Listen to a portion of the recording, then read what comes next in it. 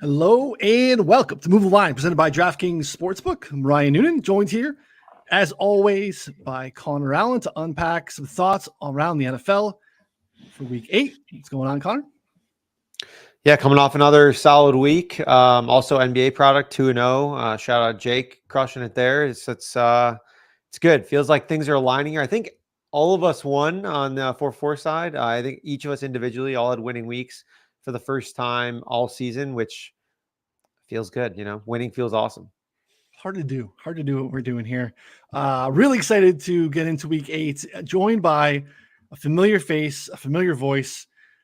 It is our friend who's in the spot with us all year last year and a big part of what we've done over the last couple of years at 4-4 on the betting side. It is our friend, Sharp Clark. What's going on, bud? Welcome back.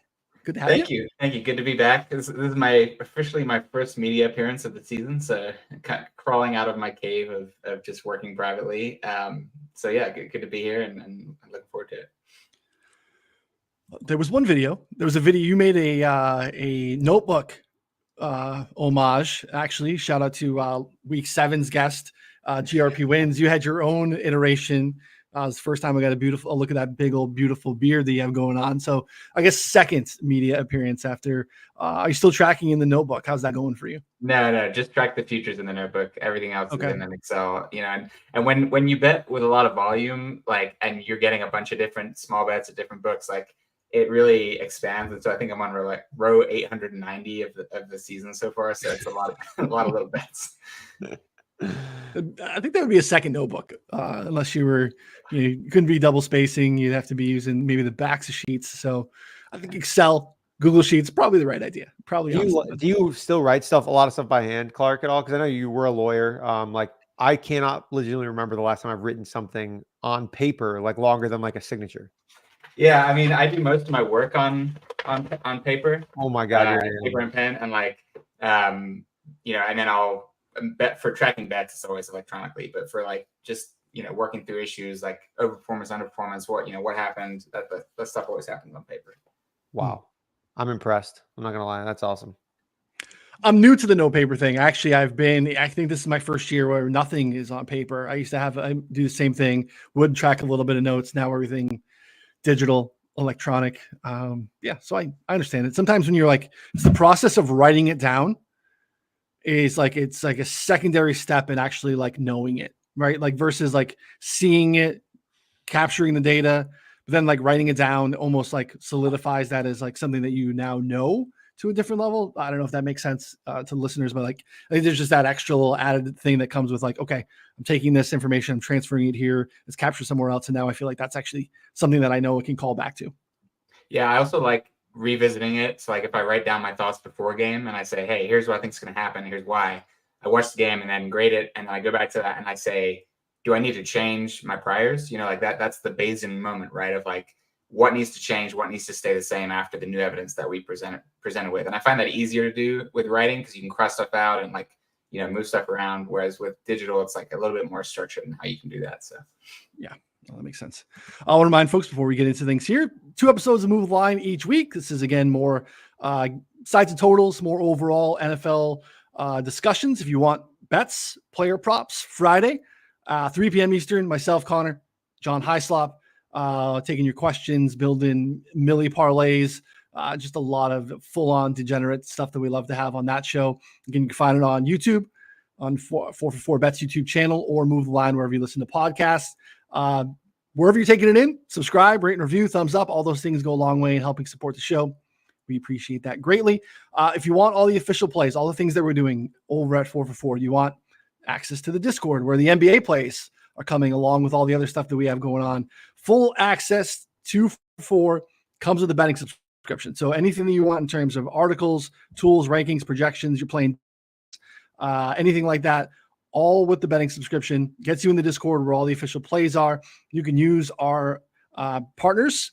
We have a deal with Rebet. It's a sweepstakes site that has a sports book in it, has another basically prop builder where you can, if you're struggling with outs on the prop side, they have access to another basically book and out for you to get access to it too. $10 of Rebet cash. So if you download Rebet, use promo code 4for4bet, deposit $10 on Rebet, and you're going to get an email to access the site for the rest of the year for free, no additional charge. More information there in the show notes. Reach out specifically to us if you have any questions. We have another deal too. If that's not your thing or you already have a rebet account, promo code TIPOFF to celebrate the start of the NBA season is going to get you 50% off of the rest of the year package as well. So 4for4.com/plans. Use the promo code TIPOFF to get 50% off. And again, that takes you through February. So you get most of the NBA season with us and then the rest of the NFL stuff as well. Clark touched on it a little bit. I want to get a sense of, what's different for you. Obviously, last couple of years with us, the kind of struggle at times in terms of having to you want to get the best of the number. You want to have time to be able to do what you do in terms of game process, film evaluation, all those different things, but also having a very unique thing in terms of being, somewhat dependent on trying to provide a service to subscribers, right? Making sure that there's, access to them to get things down. How have things changed for you just from a high level, or anything you want to share about your process this year and how it's changed from the last couple of years? I think you muted. Amateur hour back. Hey, yeah, amateur hour back in the studio. Okay. I really enjoyed kind of working more privately because the amount of time it takes to really put in the work to do a write-up for each individual game, it adds up, and along with all the process that I'm already doing of evaluating the film and getting those, those numbers made. And so I think I've had more time to really focus on the games, which is really nice. As far as betting goes, I think people have a misconception about market influence that obviously I'm not someone who, the moment I say a bet, the entire market is steaming multiple points. I don't have that level of market influence, and I've never claimed to have that. But the idea of being able to pick off all the best prices quietly with a group without, announcing that to others means that other people who are sharp and do have that level of market influence that might see my bet and be like, I should probably bet this earlier than later because it might move if other sharp people are on it, right? So I think keeping quiet really keeps the market at a number I like longer. And so I'm not moving markets. I'm trying to bet quietly, which is a very different type of way to do it. And I'm really enjoying it. And it's, it's still a real challenge. It's a very, very intense market to try to beat. And so it's been an up and down season. But, I'm feeling really good about the process and kind of how it's going. When you say bet quietly, can you speak to that a little bit in terms of, is that spreading out, units over multiple places?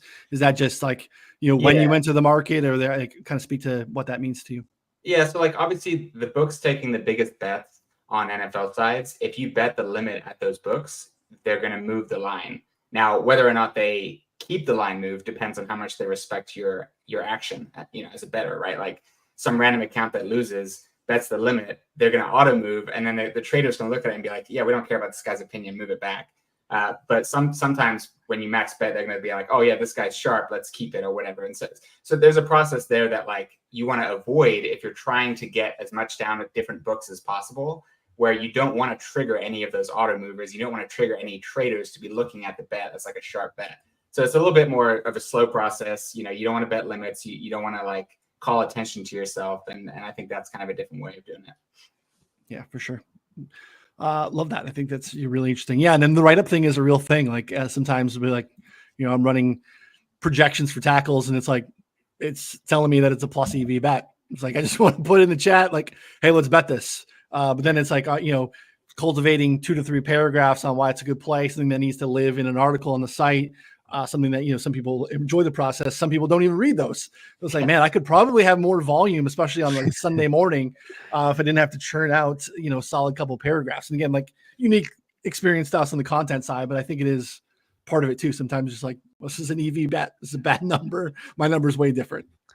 My favorite thing is the subs who will ask me a question about something that's very clearly answered in the write-up. Well, what about this guy who's going to play this week? And I'm every time. Well, yeah, I address that. That's the focal point of the argument. What do you did you read it? And then they're like, no, I didn't read it at all. I just I'm looking at the bet. I'm all right.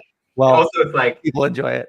You're I bet props for a living. I know who might not play. Right? Yeah, right. Exactly. Yeah. Did you consider this? Oh yeah, actually I consider that. Yeah, that's actually part of, but it's actually written down there too, which is even worse. So in terms of team level stuff, I'm going to take the Browns off the table because there's been, I think, a lot there that's changed in terms of where we were at priors. wise and injuries and obviously some different stuff. We can get into some Brown stuff specifically in a little bit, but have there been teams like, I guess, what teams have you made the biggest adjustments in terms of your numbers from where we were at 7 weeks ago based off of performance? Yeah, it's a great question. And it's a good time to do it because I think at this point it's real, right? There's no fakes. The Vikings are, I think, my biggest upgrade from preseason. Their defense has been outstanding, obviously. But I really like how Kevin O'Connell was playing to Sam Darnold's strengths and avoiding his weaknesses as much as possible. Kind of like he did with Kirk Cousins, really. I think Kevin O'Connell's a fantastic coach, and that's really shining through there. I think the Bears have kind of had an interesting journey because I downgraded them at first, and now they're kind of recovering. So they've had a bit of an up and down journey. And then on the downside, I mean, obviously the Saints, but that's not really like, it's injury related. I would say probably the Cowboys are the biggest downgrade.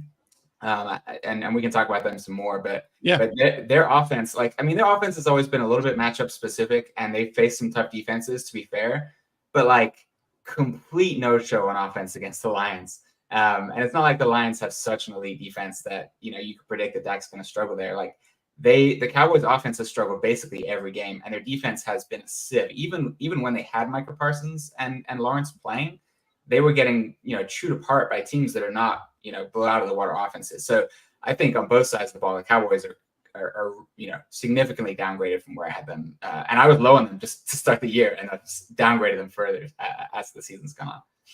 Yeah, it's a team that I know I was down on. I think Connor was as well. It doesn't seem like there's a lot of buying signs moving forward on Dallas. What do you got, Connor? Well, yeah, I think there was just like a couple of issues that showed a floor that was like possible. One of it was like the depth of the receiving core. It's just CeeDee Lamb and basically no one. The other one was like the lack of a running game, which I think can matter in some aspects. But even that, you're like, okay, well, Dak and CeeDee can probably carry most of this team. The issue that we came into the year with was the Dallas defense was like 4th in EPA, but like 22nd in success rate because of all their interceptions and pick sixes and stuff like that. So like on a per play basis, they weren't really that good. They were just creating havoc and, causing turnovers, which obviously matters, but I don't think we thought it was very sticky year over year. And it turns out it's not right now. So I think that we're probably seeing, kind of what we thought planning out, but it's multiple things happening at the same time that make it seem like it's worse. Or it is worse, than what we thought it was going to be, at least in the year. So they definitely bounced back, I think, even further than I thought that they would, at least at this point. Yeah. And I omitted real quick. I just want to say the Commanders, obviously massive upgrade. They were lower on my list because I have the Jaden Daniels injury, but significant upgrade with Jaden Daniels healthy. Yeah. No, that makes sense too. Yeah. We know that things like third down performance, red zone performance aren't super sticky. Those things will somewhat start to, regress positively each way as the season progresses. But right now, the Cowboys defense is the second worst red zone defense in the league. They are offensively the second worst red zone offense in the league. Just a really tough place to be. We not allowing anyone to kick field goals against you. Everyone gets to the red zone and scores. And then when you get there, you don't do it. Really hard to win football games doing that continuously. So puts a lot of pressure on Dak, who is, I think we all agree, an above average quarterback, but just when you have limited weapons, no running game, suspect offensive line, cluster injuries along the defensive side of the ball. And again, I think Connor does a great call out there too. Like Dan Quinn, a lot of man, a lot of aggressive play. And now you just have Mike Zimmer sitting back in zone. And that's just smart teams are picking them apart. And I think even San Francisco, who's, kind of struggling a little bit right now, Brock Purdy against zone, been very different than Brock Purdy against man in his career. It's just not something that Dallas doesn't seem, or Zimmer doesn't seem like someone that's going to adapt to what he typically likes to do. You see a lot of zone looks this week for Brock Purdy to get right. So, look, the Dallas is a team that felt pretty down on coming into the year, and schedule is still not great to finish. So I don't see 3-3 now. Feels like, okay, they got that when they stole one from the Steelers on that Sunday night, and then got absolutely boat raced by the Lions. So still down on the Cowboys moving forward. Yeah. Yeah. And even against the Steelers, everything was so tough. Like, Dak just made incredible plays, and like if he misses one of those, they lose. They can't survive this way. They can't make the playoffs this way. They got to improve. Let's transition to the Steelers while we're on it a little bit. So I think this is an interesting one. They are 5-2. They've lost twice by a total of 6 points. We talked about the 3 points there. In the Cowboys game, they've otherwise, for the most part, boat raced the other teams that they played. Just made a quarterback change that I'm not sure where you're at on that, but survived some injuries on the defensive side of the ball, especially on the outside opposite of TJ Watt. Losing Alex Highsmith early, I thought was a bad thing. Nick Helbing comes back in and he goes out. Highsmith is back, but like, I don't know. We didn't think much of the Steelers defense coming into the season. Thought they were maybe league average with obviously a clear difference maker and an offense that I think has a ton of questions. I don't know that I feel any different, but they're 5-2 sharp. I mean, what are we doing? Yeah, I still don't buy them. Like Mike Tomlin does this every year where like, they shouldn't have won that game. They shouldn't have won that game. They shouldn't have won that game. And they won that game. It's things like blocking kicks, they're just really well coached.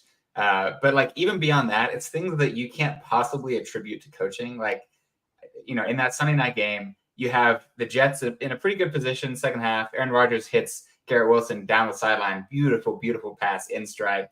Bounces off Garrett Wilson's hands into a defender's hands, and then he takes it the other way to the 1 yard line for an easy touchdown and like completely changes that game.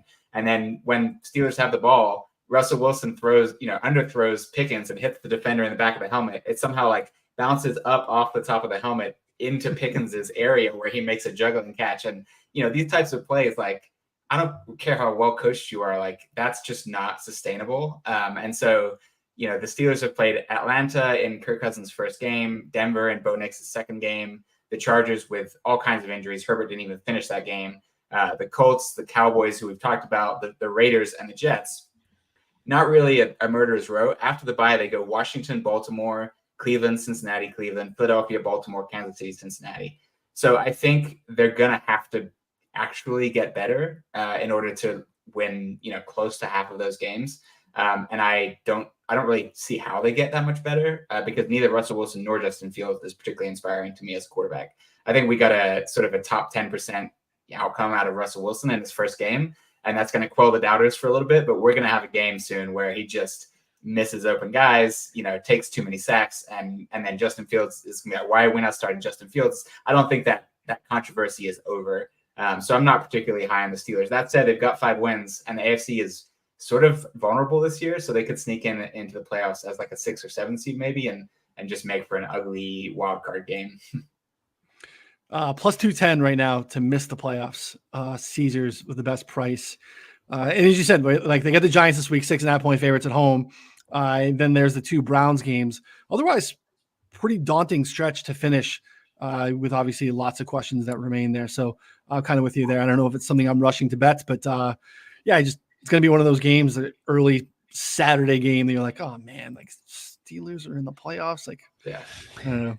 What is it? The Shakey's Pizza game. It's just the one that's just like, why are we here? It's the old, like we had that for like the Bengals Texans for years. All right. It was the Andy Dalton, Matt Schaub playoff game on Saturday afternoon. It's just afternoon special. Someone's got to win the game, I guess. At least they're playing each other. Connor, anything to talk about Steelers wise for you? Yeah, I think Clark hit it mostly on the head there. I think one thing that I want to add is that this offense or this team hasn't really had to play too far from behind yet. And like playing like massive negative game script. And I think that is very, very, very problematic for this team. Like in a game where they're down like 2 scores and they have to drop back and try and catch up, or even like 10 points. It's just, they're not built like that. Like the offensive line, I don't think can sustain that. They're pass catchers. I mean, again, it's George Pickens and like Pat Freiermuth, I guess. I mean, like Van Jefferson, Calvin Austin, Roman Wilson has been inactive. Like, I mean, he might not even catch a ball here. Like it's for me, it's tough. And it's not even the defenses they face in that stretch are not really playing all that well this year, to be honest, but it's the offenses that like can put them in those scenarios where it's going to get really messy really fast, I think, in some of those games. So that's what I'm most interested to see, because I just have very little faith that they'll be able to, like, I don't know, play in those types of game scripts. Yeah. We can stay in the division here too. Cleveland, been rough. Again, like a team that was just, you couldn't handicap them to do content in the offseason. You had to basically couch every sort of Cleveland discussion around like, all right, it's the quarterback. Like the rest of the roster is great. Some opportunities here within the division. Depending on where you were on Cincinnati or Baltimore, I think we all collectively were in the same spot on Steelers coming in. So there was a path to a team that like could take a step forward here. it's been rough. Now we have obviously a change of quarterback. Deshaun Watson no longer for this season. This week, we're going to Jameis Winston. And some news coming out today, Clark, that the play calling duties are changing. Head coach Kevin Stefanski kicking the play calling duties over to offensive coordinator Ken Dorsey. We have a sample of Dorsey as a play caller in this league in Buffalo over the last handful of years. They were more pass heavy for sure, based off of what we've seen in relation to Joe Brady in Buffalo. But what are your thoughts on this new iteration, I guess, changing of the guard in Cleveland? Do they have a pulse here with Dorsey and Winston? Yeah, I don't really see it. I mean, they traded away Amari Cooper, so their best receiver is probably Njoku at this point. You know, they don't have much else on the outside. Jameis Winston is the kind of guy who will give his receivers a chance. He'll also give the defenders a chance. And so without people getting open consistently, like, yeah, he had that really good season in Tampa Bay, but it was like, you know, he had good receivers to throw to. So I'm a little bit skeptical of how that's going to work, especially with just how dysfunctional this offense has been all year. I'm not sure that Jameis Winston is the salve that just fixes everything. But it should be an improvement. I think there's just like, you see this with teams all the time, right? When their starting quarterback who's been struggling gets replaced, whether it's by injury or just being benched for performance, we see a little boost. We see the energy levels rise. We see the effort, even if it just lasts a game or two, like there's a little bit of a shift where the locker room can sort of talk themselves into like, hey, things are different now. So there's a chance for that, but I think the ship has sailed. I think this team is too far gone, and I don't think they have the talent to turn it around. It's just a question of, do you get good Jameis or bad Jameis on any given day? I think there's going to be some 30-point losses, and then some, wow, how do they win that game kind of moments from here on out. It's just going to be super tough to predict when those are going to be.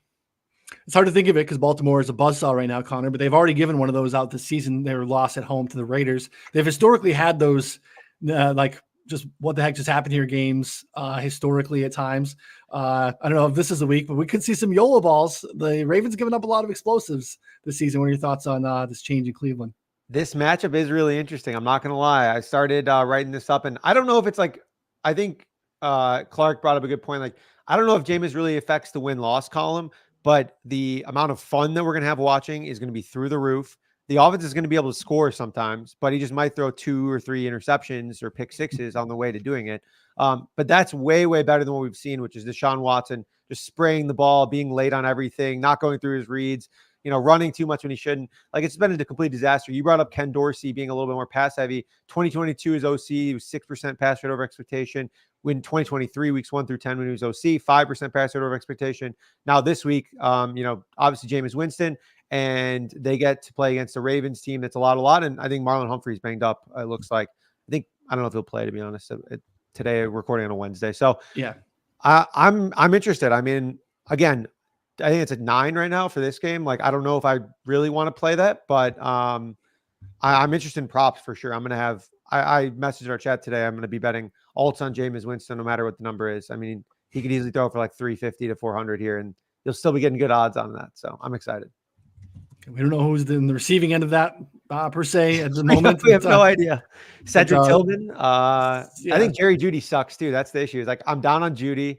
I think Elijah Moore has been just like a career disappointment as well. They've just got like a misfit of like career disappointment toys in Cleveland that they got to throw to. I think there was one other backup beyond Cedric Tillman who I thought was okay, but I'll do a deep dive. We'll see what's going on. Yeah. Not gonna be pretty, but it might be fun. So we'll see. All right. What do you got, Clark? Anything else? No, I wanted to, like, as exciting as it is, I can't bring myself to bet the Browns because the Ravens are just an absolute wagon right now. They're my highest rated team in the last 4 years, outside of a stretch in 2022 for the Bills. They're like really, really just playing well. And you can point to their defense and say, well, they're giving up explosive plays, but also look at the schedule they face. Like, they've faced an absolute gauntlet of offenses. So I'm not, and they were really good last year in defense. Granted, they have some coaching, they have some different pieces, sure, but I'm not worried about their defense yet. I think it's just a sort of schedule dysfunction that has created some of those numbers. I'll tell you what, I was feeling pretty good about some preseason predictions. Baltimore goes into Dallas in week 3, both 0-2. I had both teams missing the playoffs, and man, the Ravens look like a buzzsaw right now. So do not feel so good about the Ravens missing the playoffs now that they are like legit Super Bowl contenders. Still think that there's something to be said that this defense is, overperforming a little bit. But we'll see. I mean, right now, that's just a bad take. So that's still going to play itself out. We'll see how that goes. But yeah, I mean, Lamar's playing fantastic. It just continues to get better, I think, as a passer every year. Dynamic run game with Derrick Henry. And they're surviving and making a poor offensive line look okay. That when you're a defender and you have to commit to two different people that are Lamar Jackson, Derrick Henry, it's just too difficult. Like they're playing the game on easy mode right now. You see so many offenses struggling in the NFL because everything is a grind. Everything is, trying to, like, look at the Chiefs. It's like Mahomes has to play his best football to kind of keep that offense going. And Ravens, it looks like, okay, now this guy's got 20 yards of open field to run with. Like, it's just on every play. It's wild. And I think it's just, great scheming, great players, great coaching, just all the way down the line. Yeah, hard to argue with that. We have some massive favorites this week. We haven't really seen this that often this season, but we have 4 teams right now that are like, I don't know, almost double digits. Now, I guess this new news here with Carolina, with Bryce Young having to start this week with the car accident, thumb injury to Andy Dalton, that's climbed out to 10. We have, big number in Cleveland and Baltimore, as we just said. Just kind of a weird one too. Just what do we think this week? And do you have a favorite that you like at a big number, or are there any live dogs here, Clark, in the double digits? Because it's been hard. I know, small sample. I think you'd probably think it's noise, but we had that early stat this season where it was like underdogs at a touchdown or more, like 9-2 straight up for a little bit or something crazy like that. What are your thoughts on some of the bigger ones this week? Yeah, I mean, honestly, I think a lot of it is justified, right? I mean, the Lions are the kind of team where, like, they will lean on you on offense. And if you don't stop them, they will just score touchdowns. They have so many ways to move the ball down the field. They went up against what had been the best defense in the NFL last week in the Vikings and just said, look, we're going to design plays. We're going to ignore all the crazy stuff you're doing on the back end and just say, look, Goff, this guy should be open. Throw it to him. And every time the guy was open and he threw it to him. And so I think against Tennessee, like, that should continue. I mean, you can never really predict something. Like, every team has letdown spots, and that's kind of what is part of the price, right? But that's not one I'm looking for to fade. Kind of the same thing with, like, we just talked about the Ravens. I'm not getting in the way of that truck right now. Yeah. Bo Nix laying 10 is I was going to ask, like, what's your Broncos take? I mean, that seems like a wild number, like, against anyone. It is a wild number, but here's the thing. Like, I saw that on the schedule and I was like, oh man, Broncos extra rest, defense playing well. This is going to be a good spot for Denver, like, at home. I've been enjoying watching Nix progress. I think this is sort of an underrated thing that people are talking about. It's like, they're just like, Bo Nix sucks. And I think there's some evidence to justify that opinion, but I also think there's some evidence that, like, Sean Payton gave him too complex of an offense from day one and just said, run it. And, like, there's these, I don't know if you saw the clip of him, like, getting multiple delayed game penalties because he's reading out the plays to his team and it's like a 20-second play call, It's just too much to give a rookie. And so I think we're seeing him settle down some, and, like, yeah, he's missing some throws, but, like, those guys were open, and if you give him an offense where these guys are getting open, he's going to start hitting them. Like, we've seen him be accurate in the past. So I think the Broncos are kind of arrow up. It's just this spread is out of control. And the Panthers, like, scoring 7 points against the Commanders defense is pretty embarrassing. And now Andy Dalton's not playing, and it's Bryce Young who, sucks. So again, not one that I want to get in the way of there. I think the underdog that I like most this week is probably the Raiders at home against the Chiefs. There's, this is sort of a bad blood kind of game, and the Chiefs don't have the offensive weapons to just pour it on a team. Maybe the Chiefs defense does their job and the Raiders score 7 points, in which case, bye-bye spread. But, like, I think the Raiders can kind of, I think this is the same spread they had when they faced the Ravens. And I think it's kind of the same. Gardner Minshew is just that plucky underdog that just plays well in games where he's counted out. So it's a game where I probably lean towards Raiders. Yeah, that one makes the most sense probably too. Divisional game on the road. Maybe the Chiefs maybe want to get back after that Christmas game too. So maybe they are not sleeping on this quite as much. What are your thoughts on the Chiefs? I mean, obviously your squad, you had the rollover parlay, basically that you probably wisely cashed out the right time. Well, maybe a week early, but easy to say in hindsight after what they did to the Niners. But a little infusion there with DeAndre Hopkins coming into town gives them a little bit of life bulb. I mean, obviously exciting to see what they were doing coming into the season. Hollywood Brown comes in, you bring in a dynamic player like Xavier Worthy. Yeah, maybe you get Travis Kelce in the tail end, put him in bubble wrap, get him in the playoffs. But now those guys kind of fall to the side with injuries. You have to revive and dust off Juju Smith-Schuster, and he gets a hamstring injury, which of course he could not stay healthy. But now again, Hopkins in town. How are you feeling about the Chiefs as we move forward? Yeah, I mean, I think they're fine. I think their goal is to win the Super Bowl. And they're doing whatever it takes to win. And you can say they've gotten lucky a few times, and they have, but they're also putting themselves in a position to win every game. And that's all you can really do as a team. I don't think they're going to go undefeated. That was predicated on a lot of things that are no longer true, including the fact that they're not my highest rated team in the league. The Ravens are, but their defense has been playing well. They carried that over from last year without L'Jarius Sneed, which has been impressive.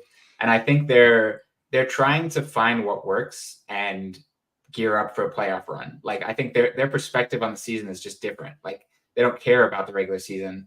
And I think they're going to be fine. They're probably going to host another AFC Championship game. Even with how well the Ravens are playing, I think the Chiefs probably end up with a record that's good enough to get there. And I think it's going to be a fun playoffs. And they continue to be a bet on or pass in terms of Super Bowl or playoffs, because when you have Patrick Mahomes and Andy Reid, it doesn't really matter what else you have, especially with this quality of defense. So I'm not worried about them at all. I think they're on the path that they need to be on, but they're just not a team that's going to do what the Ravens are doing in the regular season and win by however many points they're winning by. Sounds like we have Clark's AFC Championship game matchup there, Connor. I want to revive our discussion. I don't know if you remember what your call-outs were in the preseason. Do you want to – no, shaking me off. As we stand now, let's call back. What are you looking for in terms of conference championship games? Give me your AFC Championship game matchup and your NFC Championship game matchup. Yeah, so I don't remember. You were asking me if I remembered. I don't remember who I picked. But so AFC, I have – I know it's kind of chalky. I have Chiefs, Bills. AFC is a little tough though. I have Chiefs, and after the Chiefs, it's like, I don't know. I guess could go Ravens. Obviously, I think that's fair at this point. That's probably the chalk outside of the Chiefs, and then NFC, Lions, and then you could tell me any of the NFC North teams. Well, at least the Packers and the Vikings, I'd probably believe you. But I'm going to go with the Eagles, and I know that's a little bit of a contrarian take, but Super Bowl pick. Eagles were your Super Bowl winner, actually. They okay. I forget what you had, but I know you had. I have Eagles futures. I know. I just don't remember what I said on the show. So okay. A couple of things on the Eagles. I think that their offense, obviously with Lane Johnson healthy, AJ Brown healthy, I think that they're going to be a good offense down the stretch. And defensively, they made some changes in the secondary that I think will be impactful. Cooper DeJean's playing a little bit better in the slot. And that matters. They were just so bad, defensively. They had a bunch of new guys and were just trash again, the first 6 games. Now we have a 1-game sample, 2-game sample of them moving, and it was against the Giants. So how much does that really matter? I think we'll learn more, but I mean, it's really tough there was very little margin to be much worse than they were early in the season. So I'm excited about this team. To Clark's point that he's brought up, I think 2 years in a row, I don't think Jalen Hurts is that good, but I think in the system he can be good. So yeah, that's fair. Clark, where are you at? I think, and you can tell me if I'm wrong. It sounds like Chiefs Ravens. What else you got? Yeah. Chiefs Ravens, probably chalky, but I think that's where we're headed. The Bills are kind of the wild card there that I think, and even the Texans, I think there's a lot of problems with the way Houston's been playing, but they've been winning games. You've got CJ Stroud, who has the ability to be a top level quarterback, but they need to work out some kinks, and they need Nico Collins back. Their defense is playing really well. I feel like the Texans are kind of mirroring the Chiefs a little bit in that their offense is not what you would want it to be, but their defense is covering up for a lot of those holes. And the thing about teams like that is when the quarterback starts clicking at the right time, they can make a Super Bowl run. So Texans are kind of the wild card there, I think. And then in the NFC, I'm chalk as Lions for sure. They proved it this week. I bet on the Vikings, so they proved it in my face. And I think I could see them facing probably one of the Vikings, Eagles, or 49ers would be my three top. The 49ers, I think, have some question marks right now, and especially if Ayuk never comes back. But I think that Purdy has improved as a player like each year, and I think we kind of view him as static, and he's not static. He's actually leveling up his game, so I think he can cover over. And they get CMC back, which would really help. Having CMC and Mason back there, I think takes some of the pressure off the pass game. And then I think they can get it together. I think they can get it together and win the division, and that puts them in line to kind of make a run. And then the last team I mentioned is the Vikings, because I just think that they're so well coached. Their defense is really good. It's caused problems for a lot of quarterbacks, and I think they can use that to try to establish leads. And if they have a lead, then I have all faith in Sam Darnold to kind of close out the game. So, yeah, no, I like that too, and I echo the sentiment on Purdy. I think the Purdy discourse is pretty wild. It wasn't great against the Chiefs. The Chiefs are pretty damn good. Spags obviously, I think, is kind of coaching out of his mind here in the last couple of years, and they've drafted really well. They've drafted depth in the back end, and you're seeing that kind of come to fruition. But I don't want to bury the Niners yet either. I think they don't match up well against the Chiefs, who seem to have their number for sure. So I'm going to stay with my preseason picks, because I remember what I had in the preseason. Convenient, I think, for Connor to forget what he had. I'll look it up. Real convenient. But I don't feel great about some of it. I had the Texans and the Chiefs. I do have concerns too about the Texans continue to rely on third down for CJ Stroud to be a hero. It's harder to do without Nico Collins in the mix. Obviously, he's coming back at some point, but again, the defense is great. I really like everything that DeMeco Ryans is doing there. Bills would be the team maybe if I were to mix that up. I think the Bills very much in the mix. I kind of want to hold on to my somehow anti-Ravens take that this is not that team necessarily all the way. Because I think the Bills are obviously with Josh Allen, anything can happen. On the other side, I was Lions and Packers. The Packers, I'm a little uneasy about the defense there, but I also believe in the coaching. I think that unit on the defensive side can get better as the season goes on. And Jordan Love, I think, has all the talent in the world to kind of elevate that team. So Lions feel like a buzzsaw on that side. And can they survive the loss of Hutchinson? I mean, they blitzed their face off against Minnesota. They blitzed like 55% of the snaps against Sam Darnold. It's by far the highest in the Aaron Glenn era here. Is this their answer? Are they just going to become a version of the Vikings or what Denver's doing this year and just kind of, peel back and just blitz every single down? I'll be interested to see how they adapt because obviously it's been kind of a one-man wrecking crew and he's no longer there. So it's going to be interesting. It's going to be some good football. Some good football teams on the stretch. The secondary is playing really well for the Lions. You got to give them props. I realized I never made a choice. 49ers would have been it. So I'm actually calling for a rematch on both sides. Chiefs, Ravens, Lions, 49ers, the most boring prediction ever. They're all still really good, man. They're all still really good. They're running it back for a reason. I like the Texans call out too, with them being like a dark horse because they got Nico Collins back too, and I think he matters a lot for Stroud. So, defense is really good. And then they've had some cluster injuries in the back half, and they're surviving them too. So when that team gets healthy, if they get another injury, those guys got some game reps early. There's a lot to like about what's going on with Houston. Bookend edge rushers that are a problem. They just got Darnell Autry back in the middle, so they're going to be able to really bring pressure from the interior and the edges now. There's bullish on the Texans. Again, it's just like run pass crap. That's just like, can we get CJ Stroud like a 2nd and 6 or it's been problematic. So, but man, he's damn good too. Let's touch on your Eagles are catching some steam this week. So let's touch on that game. I mean, that's a good game. Some injuries in the back half of the Cincy defense that I think matter a little bit here, but you move it a little bit. 2.5s closing up to 3. No, I'm sorry, moving the other way here a little bit. 48 in change is the total or so. This is going to be a test for what, Connor, you're talking about here with this revamped secondary here. Obviously, Cincinnati. I mean, Joe Burrow, Clark, noted Burrow hater. According to our 4for4 Discord, he's cooking though, playing some good football. You're going to see some different looks here. Connor, I'll give you the floor here first to talk about Eagles and Bengals.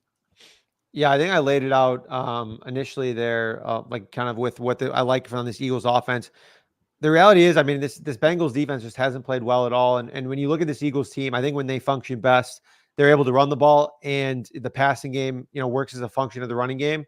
And I think they're going to be able to implement that very easily here against this Bengals front that just frankly hasn't played all that well this year. So if the Eagles can run the ball, get Saquon going, it makes Jalen Hurts' life way, way easier. And it's not like the Bengals secondary has played well either. So if they need to go pass heavy, they can.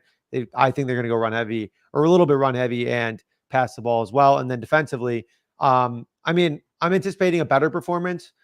They're still probably not very good in totality, and they're playing against the Bengals, who have consistently, I feel like, improved on a week-to-week basis and kind of gotten their feet under them a little bit from the beginning of the season. So I kind of like the Eagles in this spot again because I want to be on the Eagles, but it's not like I'm running to the window here to bet them.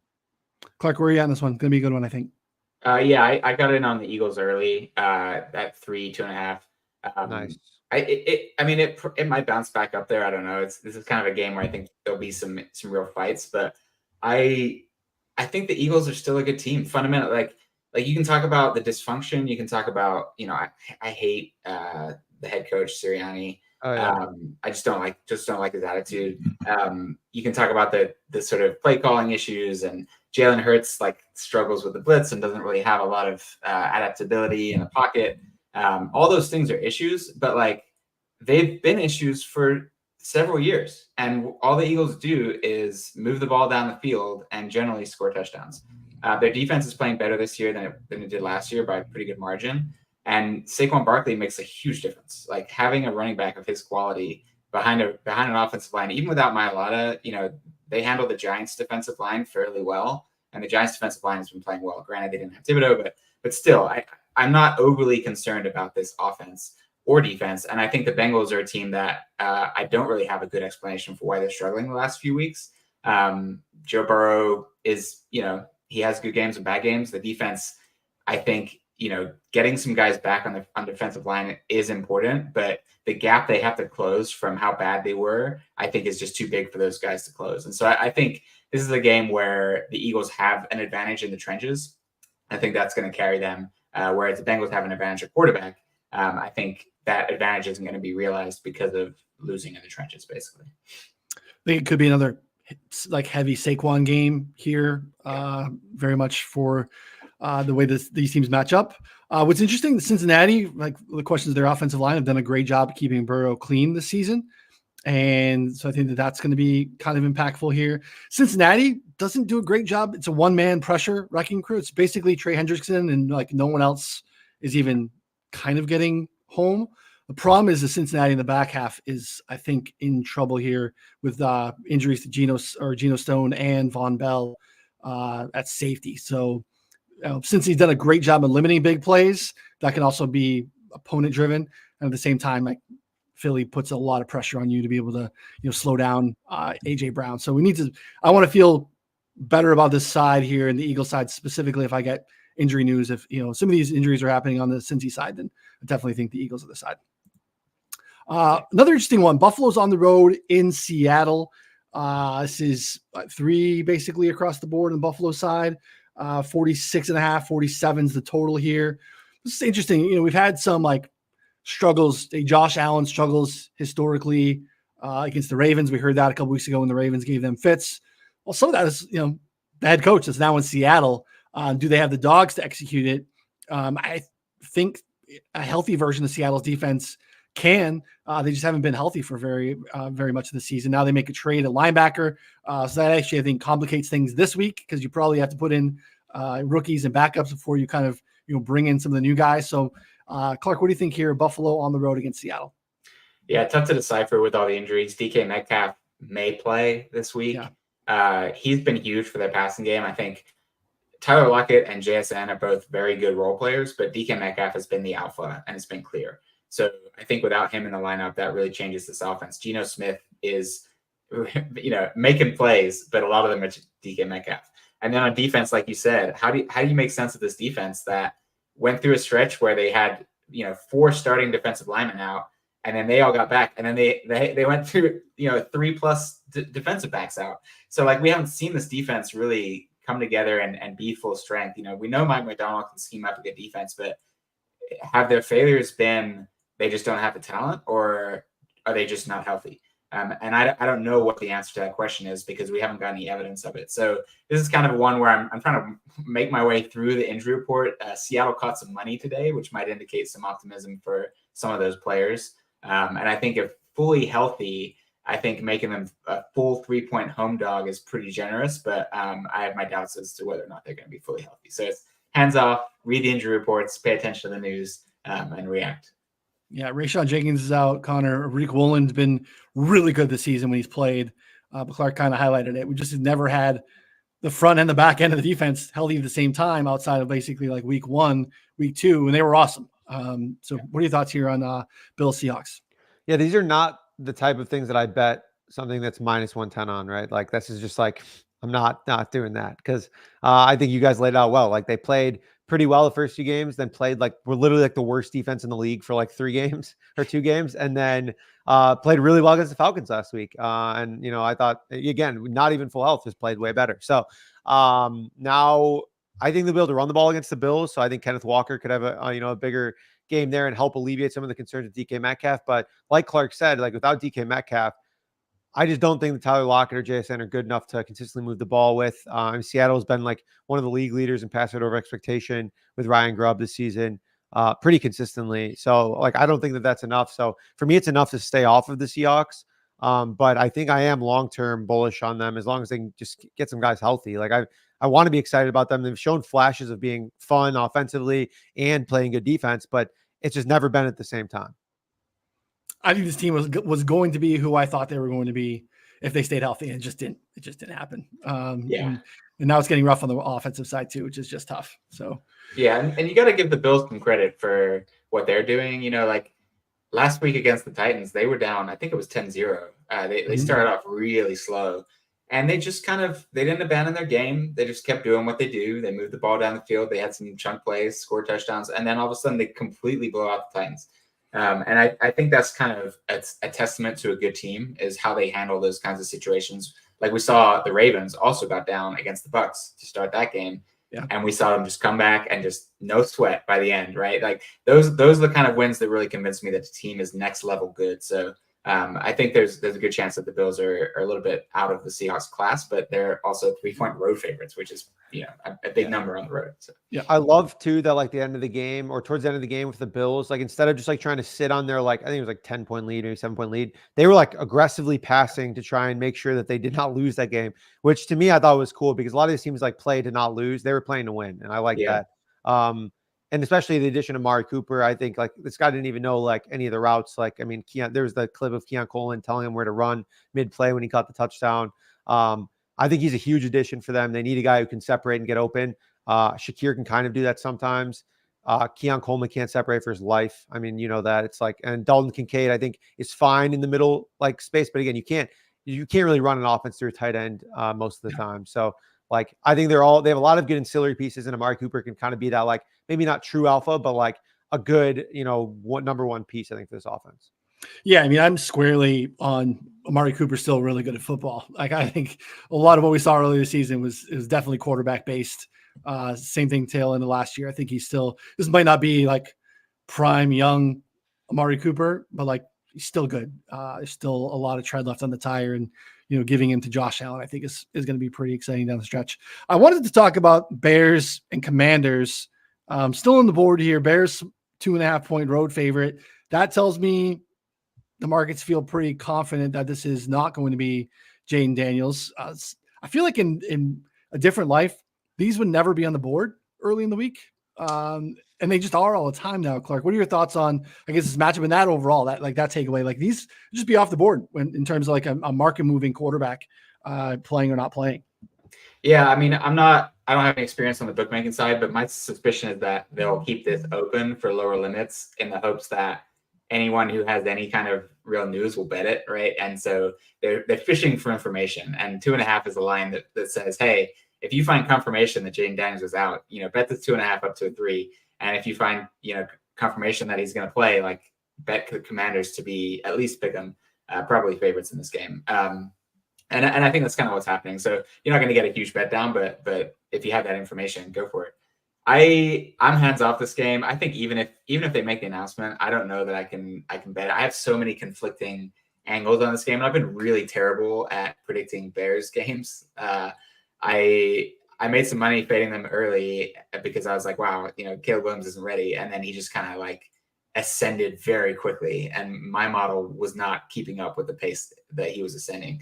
And now he's got a bye week. I think you can say that his success has come against really bad defenses, and I think that there's some validity to discounting the numbers in that circumstance. But I also think that a rookie quarterback who clearly has the talent to be one of the best quarterbacks in the league, who has a series of games like that, also just gets comfortable. And like watching him run the no huddle, watching him recognize that the defense is so tired that all he has to do is get his players to the line and run a running play. Like just hand the ball up the middle. And DeAndre Swift is going to have 6 yards of cushion because the defense is so gassed. Just doing that again and again against the Panthers and the Jaguars, like his understanding of the game was on display, and his translating that understanding into decision making at a very quick pace was very impressive to watch. And so I think we are seeing the progression of an excellent quarterback, and that's not something I want to bet against. But the Commanders and Jaden Daniels, if he's healthy, are completely the real deal. Should not be faded as some kind of like, well, he's going to regress. Like, no, don't expect that regression to come because everything is so easy for them.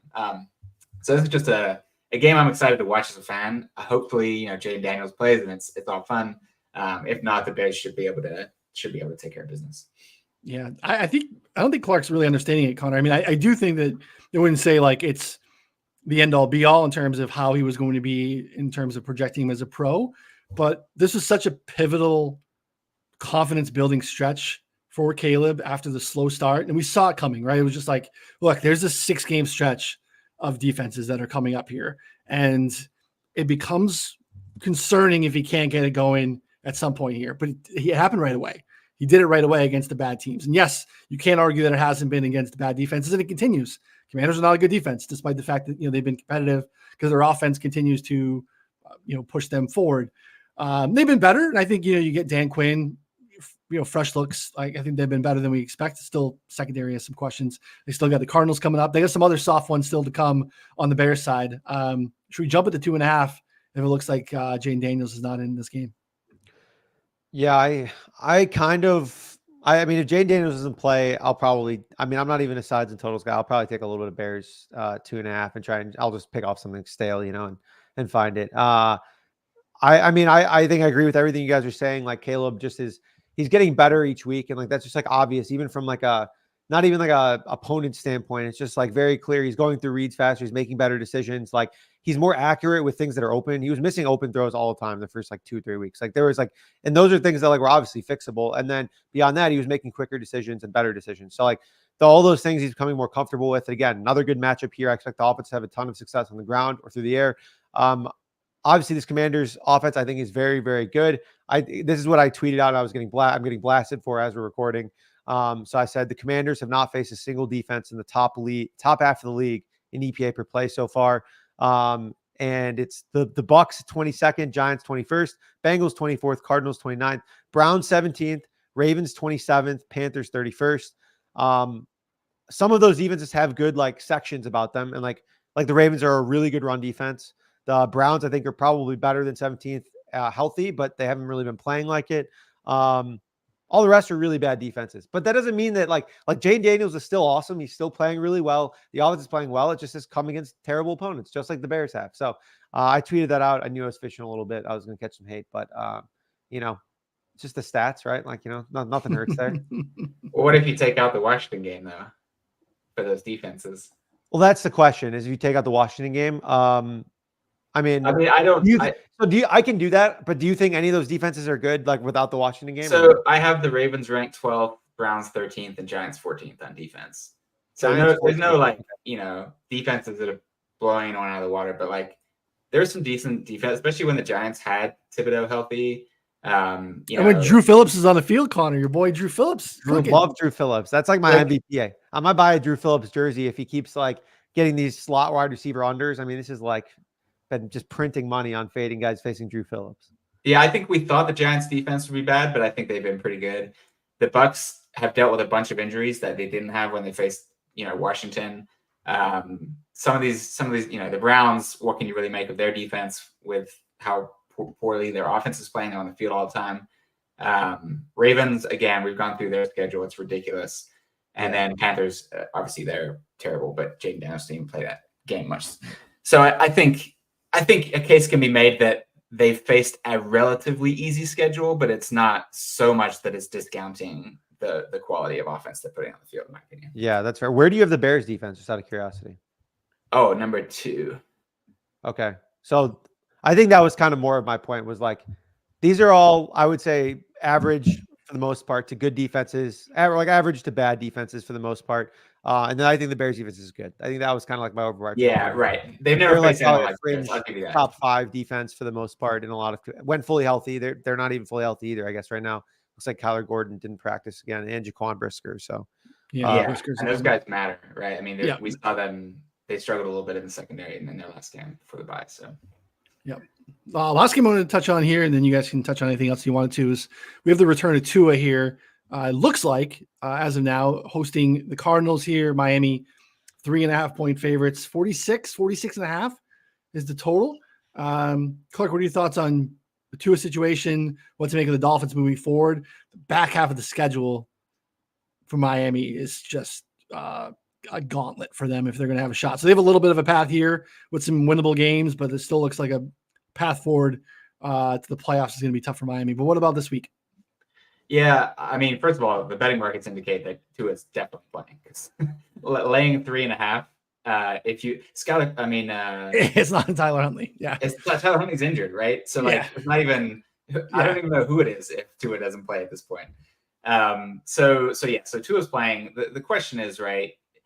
One, is he 100% first game back? We see quarterbacks come off injuries. This is something that I think people talk about fairly frequently, and typically don't perform at the highest level in the first game back. We saw it with Tua a couple years ago. He came back first game off of his concussion absence, and I think it was against Pittsburgh, and threw like really bad interceptions or dropped interceptions, and they barely won the game. They were favored to win big.